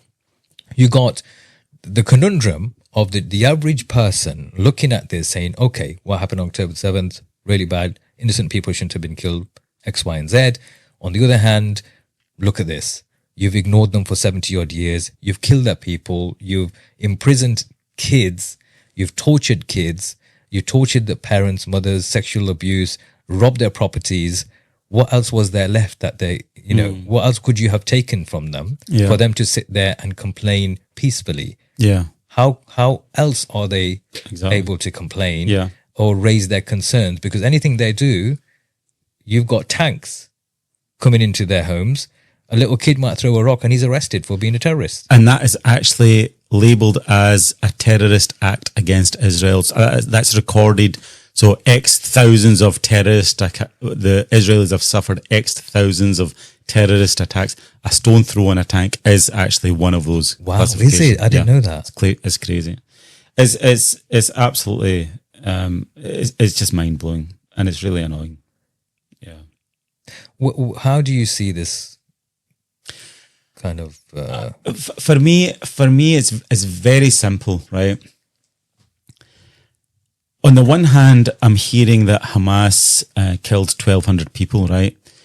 We're in Israel. Every army officer, every checkpoint has got hundreds of cameras. Yet I've not seen a single video from that attack, apart from in the distance when they were coming in the paragliders, right? But on the ground, every single person has got a bloody video camera. Yet I've not seen a single Hamas operative or member kill anyone or anything. And then over here, I'm just seeing on a daily basis the genocide day in, day out, day in, day out. And I think people have finally woken up. They can see for themselves. On one hand, we've not seen much. On this hand, we've seen nearly 200,000 people killed. Yeah. And I think people are making up their own minds now. So it's not what the BBC, they've lost control. The Zionist media, Sky News, CNN, Fox News, they've all lost control. People are making the decisions for themselves. Yeah, 100%. Because a lot of the media, legacy media, with the narrative they were pushing was the Israeli narrative. Yeah, the IDF exactly. narrative. And that included things like the 40 beheaded babies. Yeah. Which there is no evidence of. Yeah. Apparently there were 2 children who got killed, unfortunately, and one was through injuries and the other one, there was something else. But there was no one in the oven. Yeah. No beheaded babies. Yeah. If anything, a lot of people who were beheaded was because of the Apache helicopters. Yeah, exactly. Through the, what was the Hannibal directive yeah. that they have, the Israelis have, that if, these guys come in, you just shoot our own as well so they don't get taken as hostages. Yeah. Now, the imagery, the emotive imagery that's played with 40 beheaded babies is so evil that it provoked and evoked emotions from within people and said, you know what, go and get these men. And justification. And it's justified. Yeah. It's justified. What you're going to go and do there, that's why you got the likes of Jordan Peterson, a pseudo-intellectual who's just fallen through the ground. Lost all credibility, all respect. All respect gone. I'd lost quite a bit just before this anyway, but this just was like the final nail in the coffin saying, you know what, you are a proper stooge of the Zionist regime. Yeah, exactly. Because of him and Ben Shapiro being so close and buddies, just ridiculous arguments. So when you have that argument that, look, what they did to our people, mass rapes and beheadings of children and babies, that imagery alone is enough to justify any kind of response. But that's what's happened now. And then for that reason, you've got these guys going out and committing such atrocities. Yeah. What really confuses me is the silence of the Christian community, because this was the birthplace of Jesus. Yeah. The oldest historical church was in Gaza. Yeah. Was obliterated. Yeah. There's no uproar. There's no significant uproar. There's nothing of significance coming from the Christian community to say, this has to stop. Yeah, exactly. You can't, And even in the early images, they were like the Palestinians, which consisted of Muslims and Jews. You see, like they're actually throwing rocks or pushing back. The guy's wearing like a Christian cross and he's fighting alongside a Muslim. He's like, so they're both in the same team. And yeah, it's a good point. Why are the Christians not speaking up? Yeah, it makes me wonder. And I've also noticed there's somebody, I was talking to somebody else, and somebody also mentioned other communities around the world who have been relatively quiet. Now, for example, when the Black Lives Matter movement began, we had loads of people supporting that, including our own Asians as well. And still taking the knee at football matches. Yeah. Yeah. But the same can't be said the other way around. And there's a reason for that. What? And that is Arab lives don't matter.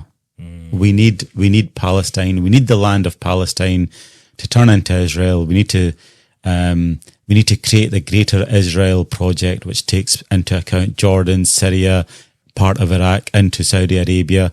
We have done the Arab Spring, which put in puppet governments. Any government like Iran that's not against, any government like Iran who's against the genocide or against the Israel expansion project, they're basically replaced with their own puppet governments. And then the puppet governments are just going to allow Israel to do whatever they want. And that's why Egypt, Saudi Arabia, all of these neighboring countries, they've all got their puppet governments in place. 100%. And you'll notice that a lot of the Arab countries, their rulers have been overthrown by America. Yeah. And it's been one of the most common things that they overthrow regimes. Even Imran Khan, you know that? Yes. That was his imprisonment, his demise from sort of his political office was engineered in America. And I've seen a video where they're actually discussing, right, how can we take him down? Because he was very pro-Palestinian. Well, yeah, he was very pro-Palestinian, but he's also very anti corruption and colonization. Yeah. There's the colonizing of lands, but there's the colonizing of the minds. Yeah. You have the Indo-Pak regions, and their minds are still colonized. Yeah. They'll see Agora, they'll see, Superior. Yeah. And for that reason, you'll have the likes of the Nawaz Sharifs and the other politicians out there who will go out of their way to please their colonial masters. Yeah. In exchange for what? Yeah. The begging bowl. They'll have the begging bowl out there. Here, you know, can you give us some funds and give us aid, right? Yeah. And in exchange for that, they'll remain in power. They'll make themselves richer, including the army. Yep. And then the Americans will have their favored person in charge. And then again, they don't have to have NATO bases there, their own bases in that country. The bloody country is theirs. Yeah. In a sense. Exactly. It's crazy how that works. Yeah. Isn't it? So on that note then, when we have this colonized mind and everything that the Western European Americas say is believable, what do you make of these wars that we've traditionally gone into, like the UK in coalition with the US? Because the UK will just follow the US. There's the war in Iraq was very heavy in a lot of ways, in numbers, people who were killed, and the amount of money that was spent on that as well. I've got my tissue out. £6 trillion was spent on the war on terror. Let me just wipe my eyes. £6 trillion was spent on the war on terror. As a business owner, do you know what I'm reading? Who made £6 trillion? Very good. Follow the trail. Follow the money. Follow the money. And there's a great saying in warfare: the beneficiary is usually the instigator. So if I'm going to stand to benefit to the tune of £6 trillion, I'll make the cutest, fluffiest little cat. I'll turn that little cat into the biggest terrorist on the planet to justify my means. So war is a bit of a con. And another thing, Bell Pottinger, which is a PR company, they were paid £540 million to generate negative propaganda against the Muslims. Really? To justify the war on terror. Well, I'm not surprised that there is a propaganda against Muslims because we faced the brunt of it. But I didn't realize that there was one entity that was paid that much. £540 million pounds. What kind of propaganda were they? PR, they're a PR agency for the government. Social media posts, news, Everything, articles, like everything, newspapers. Saddam Hussein can attack us within 45 minutes, long-range missiles, everything. Weapons of mass destruction. Where you name it, A to Z. So they could fabricate anything. Give me that money. That's what I'm saying. Give me that money. I can make the cutest little bunny in the world. I could turn that little bunny into the biggest villain in the world. It would be interesting to know who has financial interest in that PR agency as well. Yeah. It's the whole war machinery. So if we go to war, that then benefits the politicians. They stay in power because the people are in a state of fear. The weapons manufacturer make billions, trillions. 540 million is chump change. And that's just for PR work. Yeah. Imagine the hardware that they're buying. Yeah. That's chump change compared to the £6 trillion. So it's nothing. I've got a business doing £10,000. Yeah, we'll happily spend £300-400 in marketing. That's the way you look at it. It's business. Of course. War is the greatest business on earth. And as part of propaganda, they were saying that Netanyahu had a big role playing against going to war against Iraq and against Saddam Hussein, because he was saying, I promise you. So it was, have you seen that speech? Yeah. I promise you. If you get rid of Saddam Hussein, the entire region is going to be safe. Yeah, then it's Iran, then it's bloody Syria, then it's Jordan, then it's Egypt. The Arab Spring. Let's talk about the Arab Spring. The Arab Spring, regime changes just don't happen like that. That was designed in Israel. Yeah. You're supporting the opposition. There's a full machinery that's required to overthrow a government. It's just not a couple of students that start something. Of course. So the Arab Spring, for years this is a grand design, and we're seeing it play out. Arab Spring, we're putting in the puppet governments, overthrowing the governments that are against Israel, along the north of Africa, and then over here into the Middle East, Iraq. And now we're trying to do the same with Iran. We've done it with Pakistan. So it's all just making sure that the entire region is towing the party line. And then the people in Palestine are wondering, well, where is the Muslim world? Why was no one saying anything? They've all been bought out. Yeah. This is why you can see the likes of, we mentioned this in a previous podcast, people like the King of Jordan, King Abdullah, and his Hollywood-esque kind of escapades in aeroplanes, throwing aid out, trying to appease the public. But in reality, even the Israelis themselves see him as a partner. Yeah. Exactly.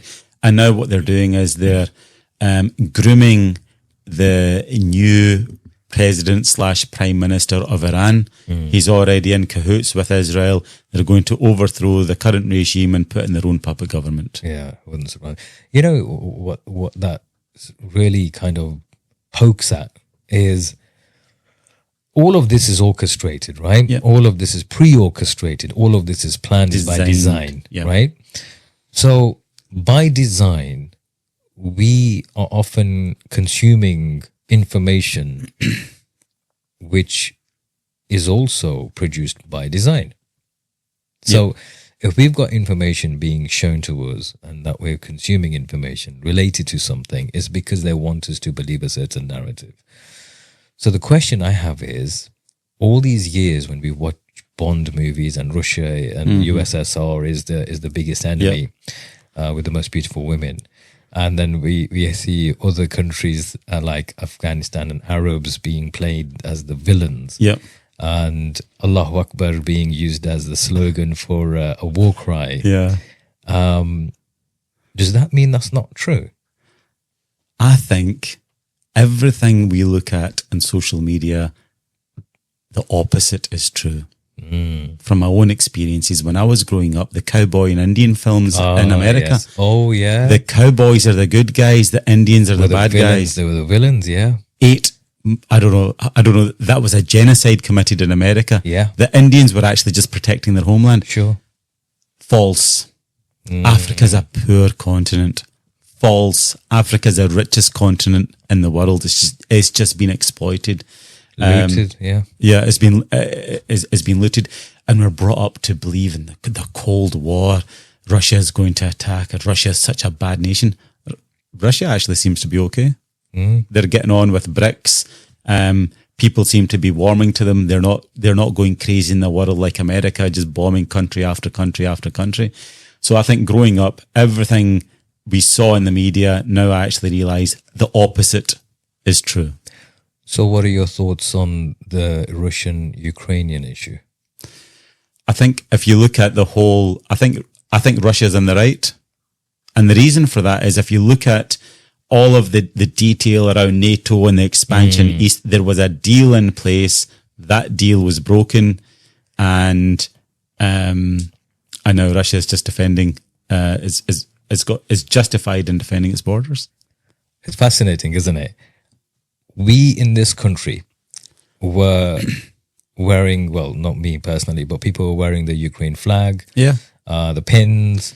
Yeah. Their children were given lots of assemblies at school. There were charity functions to help them. We opened the doors to say, okay, Ukrainian residents can come and live with people in the UK if they want to take refuge.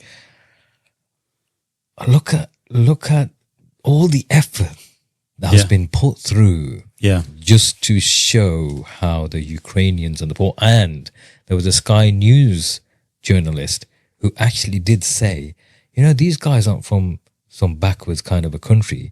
These are people like us. They have blue eyes and blonde hair. Yeah. And look what's happening to them. Yep. Yet, far worse atrocities have taken place in the Arab lands. Yep.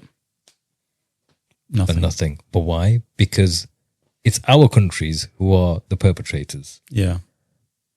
It's amazing how people still buy into the bullshit. Yeah. That this, the Western thing is about equality and justice. Humanity and human rights. Human rights and everything, yeah. Human rights only apply to non-Muslims and non-Arabs. Yeah, that's what I was saying. Arab lives don't matter. Yeah. And I think, Majid, now, is it not the case that people have finally woken up? I think we still have some way to go. I think some people have. We're waking up. Yeah, we're waking. I think that's more accurate. People are finally waking up. Yeah. Here's another thing. This is controversial. What part of our conversation hasn't been so far? It's called, and this is pure business. Pure business, go on. You're a slave.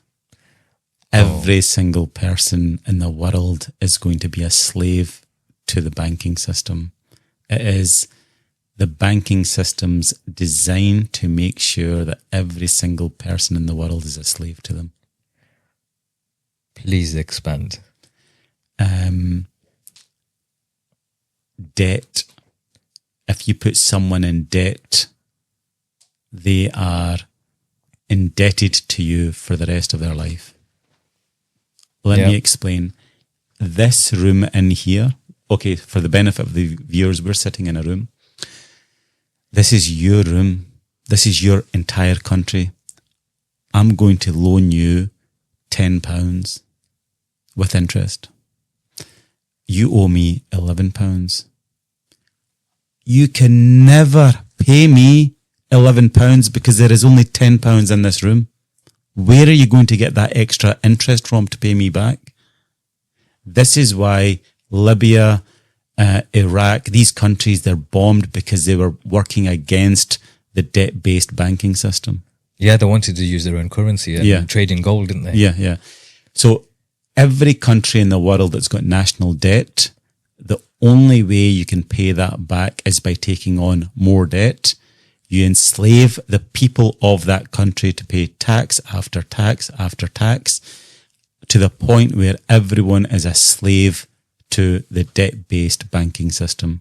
Then you need to look at who's in charge of the banking system, who benefits. So, for example, we pay an interest-only £9.1 billion of interest every month. Where does that interest go to? It goes to the treasury. Yeah, it doesn't go to the treasury. The banking system was designed by a cryptographer. Cryptography is the art of overcomplicating something so no one can decode it. The banking system was designed by a cryptographer, is designed to be as complicated as possible so you and I have no idea what's going on, because if we did, there would be a revolution today. Yeah, true. That is fascinating, right? And most people won't even think about it. They don't. Most people don't. But even on a basic level, really basic level, we talk about the intrinsic value of currencies. You look at the fiat currency, intrinsically, it's not worth anything. You burn a £20 or £50 note, it's gone. Yeah. It doesn't mean anything. Traditionally, I was reading a book, and surprisingly, it's called Dajjal, the Antichrist, right? And it was written by a lawyer who was analyzing the society and how it works. And it wasn't just about the Dajjal itself as a guy who's going to come and, cause havoc, but it was about the Dajjali system. Yeah. And this is one of the things he mentioned. And he says, look, the intrinsic value of today's currency, the fiat pounds, it's nothing, right? He says, in the olden days, we used to trade in gold or cattle and sheep, whatever. We've gone beyond that now, right? But gold still has its intrinsic value. You crush it, melt it, turn it into liquid, solidify it again, it'll still be the same gold, same amount. He was explaining how, like, from commodities, physical commodities were used at the beginning as currencies, and as time went on, people didn't want to carry gold and stuff like that with them, so they started to save it with certain people within communities. Eventually, these things became the banks, and they used to write a certificate to say this person is the bearer of. Like in a pound note. I don't know if you got a £10 note on you. I haven't got any current cash on me, but on that's another thing, isn't it? We don't even have cash. Right. So on a pound, £10 note, £20, it says the bearer of this. It says those words. But back then, you would actually have gold or silver or whatever you would have, or bronze. A little pouch. Yeah, a pouch or whatever is in the bank, and you have a certificate to confirm that it's yours. So whenever you went out, so let's just say I was doing business with you, I was buying something from you, I would give you my certificate to say this is mine. You could take it to the bank, and if you wanted to take that gold, you can take it. Otherwise, you can just keep a collection of the certificates, right? Eventually, those certificates turned into some notes, and then some credit notes, and then the checkbooks came. On writing checkbooks, and then we'd got the bank cards, with alongside the cash. Now we've become a cashless society, or working towards becoming a cashless society. Is the best way of. How do you see, from a financial perspective, what do you see as the pros and cons of become cashless? I think the government's just going to have so much control. I paid someone £14,000 3 weeks ago. The bank stopped it for fraud. That was on Friday. Couldn't get through to them till Monday. I was disabled for the full weekend, and you don't actually realise how important your bank card is, having access to that cash, having access to your money. I was wanting to buy stuff off Amazon. I had to buy a present. I had to pay someone a refund for something. And I was able to do nothing. And I'm thinking, if we go down the cashless route where everything is on card, someone somewhere has got the ability to turn you off. This is the exact point this guy was making, that imagine, for some reason, the networks go down, electricity goes off, the central system just goes buff. Yeah. And they lose a record of who's got what. Yeah, exactly. What are you going to do? Exactly. If you've got multi-million pounds or billions of pounds in your account, your company accounts, your personal accounts, the records, any record, now everything's being digitalized. Land registry. Right? Imagine that goes buff. Your assets have gone, mate. Mr. Ajmal Mushtaq, all those properties that you have, imagine that. How would you feel, like, just out of interest, how would you feel if one day the system said, or, the government says, the system broke down, sorry, we don't know who owns what now, and you got no way to prove it? I was gutted at just losing the ability to lose 2 days. I can't even comprehend losing everything. I lost 2 days of just basic transactions, and I realised, bloody hell, I'm nothing without my bank card. And we've stopped using cash. Okay, so here's the follow-up question then. What are your thoughts on the things like crypto? Do you know much about Crypto. The crypto bros are back. You know, they went quiet for a while. Yeah. And that's another thing that's backed by fresh air. And now I think Elon Musk is a fan of crypto, and it's now sort of. He's backing XRP. Yeah. And it's now on my social I think media. it was Dogecoin as well at one time, wasn't it? Yeah. Everyone was a crypto expert, and then they lost, and then everyone went quiet. And now it's back, and all the crypto bros are back now. They're saying, "Oh yeah, buy Bitcoin, buy this, buy that." I'm not a fan of it. You're not a fan. What's it backed by? Fresh air. I think there are some legitimate ones, crypto, like Bitcoin infrastructure, Bitcoin, things like XRP, which are rising, and the Ethereum. I haven't done. I've not done geek level study in it. Right. I get geek level on a lot of things, but on crypto I haven't been. Right. Although I invested in crypto as a taster to see, because one of my relatives is, and did you win? Yeah, I came up in positive. Okay, good. Eventually. Okay. Because I my investment was like around COVID time. Right. So it dipped big time. Right. Nosedived. But then see what happened was I was likely to have kept it until I heard, because the platform I was using was Binance. And I came across some articles of how Binance was working against the Palestinians, like not enabling them to be able to use crypto for the money that they need, or restricting their accounts or something. I thought, you bastards, right? So I thought, that's it. Forget just Binance. I'm just going to take my crypto out, or I'm just going to cash in. So I did. I was in positive eventually, but I was after a long time. I don't intend to go back in. Okay.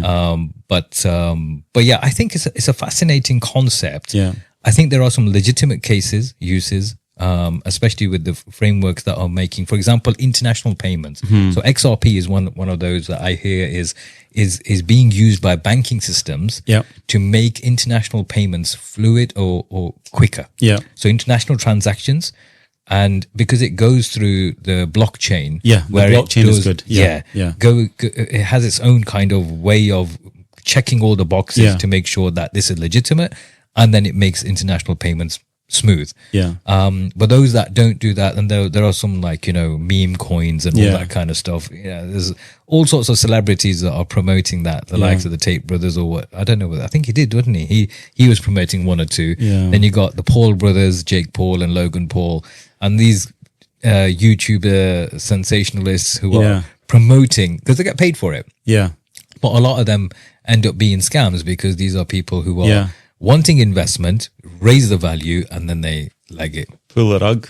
Yeah, they pull the rug. Yeah. Literally. Do you think that, because you have legitimate concepts like the blockchain, which can be of use for the financial industry and stuff. I don't understand enough about it. I wonder if you know much about, which direction this is going, or whether it's going to be like even Bitcoin itself, the likes of Bitcoin. Somebody was mentioning, a non-Muslim was mentioning, how the halal industry is so big. And he actually explained what halal means, not just about what you eat.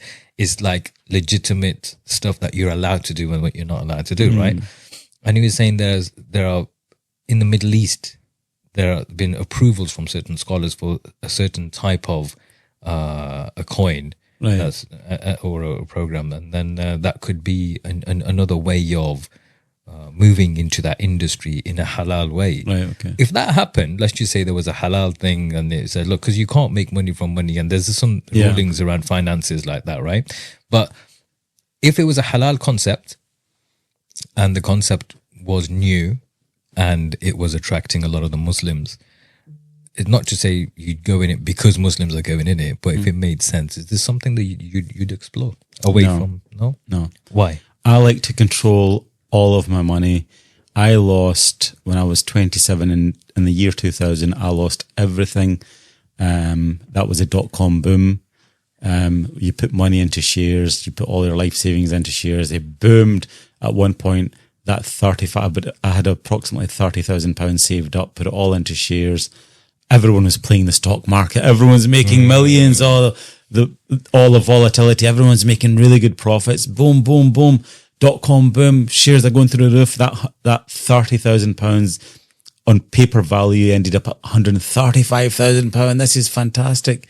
my trades got bigger and bigger. I would end up, instead of doing £3,000 trades, I went up to doing £20,000 trades. And then I started gambling because you've got 60 days to settle. The brokers gave you 60 days to settle. So I would buy £20,000 worth of shares. You've got 60 days to settle, so you don't need to pay anything for 60 days. So that almost became like a form of gambling. The system sort of pushed you down a route where you could actually gamble, and the stockbrokers made lots of good fees on that. Anyway, 135,000, back down to zero, lost it all. And from that day, I vowed, any money that I make, I'm going to control it myself. So the money I've got just now, it's in my pocket, it's in the bank, or it's in property, nowhere else. I don't even have a pension. Yeah. No, I can believe that. Yeah. So I know a few people like that. Yeah. Included. I don't believe, and I don't believe in giving money to someone else because I don't trust them. It's as simple as that. No, fair enough. And it's probably a good way to. Yeah. And we see these things sometimes like Woolworths. I can't remember a few of the big supermarkets, the big brands that went and bust a few years ago. They closed down and the pension pot goes as well. Yeah. That's criminal. Yeah. Imagine paying into something so you're going to retire with a pension pot and then it's gone. Isn't that what's happening with our national insurance? Because they just want us to die before we're old enough to claim our state Pay pension. into it. Oh no, you can't retire until you're 95. I think that's going to be the next thing. Well, what is it right now? It's about 70, 60s, 75? 768. Yeah, I think it's gone more than that now. Is it? That's last I heard. Yeah, it's crazy, isn't it? It's crazy. Yeah. We've only recently met. Yeah. And as there's a saying, the more you have, the more you risk to lose. Yeah. And mashallah, Allah's given you a lot. Yeah. And the more you have risk, a risk to lose. So for someone like you to put your balls on the line, so to speak, it takes courage, and you earn a lot of respect from me. Thank you. Yeah, a lot of respect. I just wish there were more people who would think along these lines. What do you think it is that, just on a side note, what do you think it is that prevents people? What is it? What's the thought process which you think that might prevent people from speaking up about these kinds of things? People are they're too comfortable in their little lives. They don't maybe want to move into a space that's uncomfortable. It might make them uncomfortable. It might make the people around them uncomfortable. But, what's happening is just too extreme for me to ignore. And I couldn't care less what anyone else is saying or not saying. At least I can do my bit.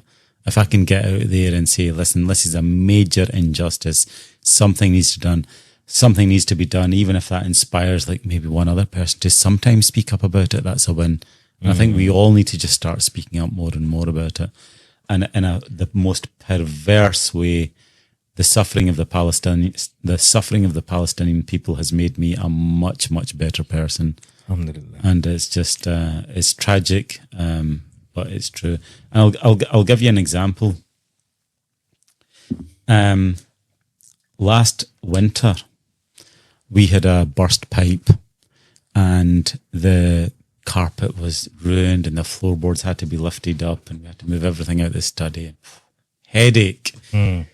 And my wife's like, "Oh, that's such a headache. It's just like, we need to do this." And I said, "It's nothing." And she goes, "Oh, it's a major upheaval." And I just cast my mind over to Palestine. A guy's just sat there in the rubble. His whole house has just been obliterated. His family's been wiped out. Imagine saying to him, "Oh, mate, I've had to replace the carpet and lift up some floorboards. I've got it really tough." Yeah. Pathetic. Absolutely pathetic. When you put it into perspective, Context, isn't it? it's what we expect. I said to my wife, that's not even a blip. And what was a major upheaval in our life for like 2 months was actually like mentally, it was nothing. And I shared a story with you yesterday, and I'll say it again because it's quite profound for me personally. I had a very light lunch at 11 o'clock. It was an early lunch because I had a meeting. I arrived home at 5 o'clock. I was starving. And my wife said, "Oh, dinner's going to be ready in a few minutes." But anyway, she got caught up in something else. So dinner was about 40 minutes late. And my stress levels were just going up and up and up. At this point, I was starving, right? Bloody hell, I've had a tough day. Starving. Stress levels going up, up, up. And then I remembered a little girl in Palestine. She was pulled from the rubble, and she was saying to the doctor, "I've not had a sip of water for 3 days." And I just thought, somebody fucking slap me. Yeah. You know, I'm feeling hungry. And yeah, it really does cut me up, that, you know, it's just like, so their suffering has actually made me just a much better, more tolerant, more understanding person. Yeah, it's sad though, isn't it, that it takes something like that to happen for us to become a bit more appreciative of the things that we have. And I remember telling you yesterday, again, I'll repeat it today. It's, you know, when we went over to Cairo during Ramadan last year, and we were distributing zakat, which is our compulsory bit of charity that Muslims have to give, for those of you who aren't Muslim and listening to this. And every Muslim has to give 2.5% of their wealth and the savings to charity. And we took a lot of people's amana. We took a lot of people's money that they wanted to give. We were in the Palestinian embassy in Cairo, and there were loads of people who came to collect zakat. And I was saying to my friends who were there with me, and I was saying, you know, these are the same people this time last year. They were probably the ones giving zakat, not the ones taking. Yeah. Allah changes a person's situation just like that. One of the guys who just wouldn't let go of our hand, we had like a glass kind of counter, and underneath the counter we were handing the envelopes, and he held on to our hands and he wouldn't let go. And one of those guys, he had 13 hotels, all demolished. Gosh. And he was very emotional. Just like your good self. Right now I can see the tears in your eyes. You know, I can see the emotions coming through. Yeah. He was just the same, and he was so appreciative that people from the UK had come because they thought of them. Yeah. And, you know, it's sad that even today, in the world that we live in, considering all the spiel that we give to people and we hear from people, oh, you know, you should always be kind and loving and all that kind of stuff. When it comes to blue-eyed, blonde-haired, as that journalist from Sky News had described, everyone should be caring, feeling the pain, and be sympathetic towards people who are going through tough times. But when it's anybody but, makes no difference. Exactly. Anyway, it's been a very fascinating conversation. Brother Ajmal, thank you so much for joining me here. Honestly, I knew we were going to have a great conversation anyway, because the conversations that we have had up until today. But I didn't, I didn't realize it was going to be this fascinating and this interesting, and we were going to be so open. We've had everything. We've had a laugh about things. We've been emotional about things, and it's not often you get to meet down-to-earth, sincere people who are ready to say things as they are. So alhamdulillah, you've done that and more. So I genuinely appreciate your joining me here today and being so open and frank and upfront about your views.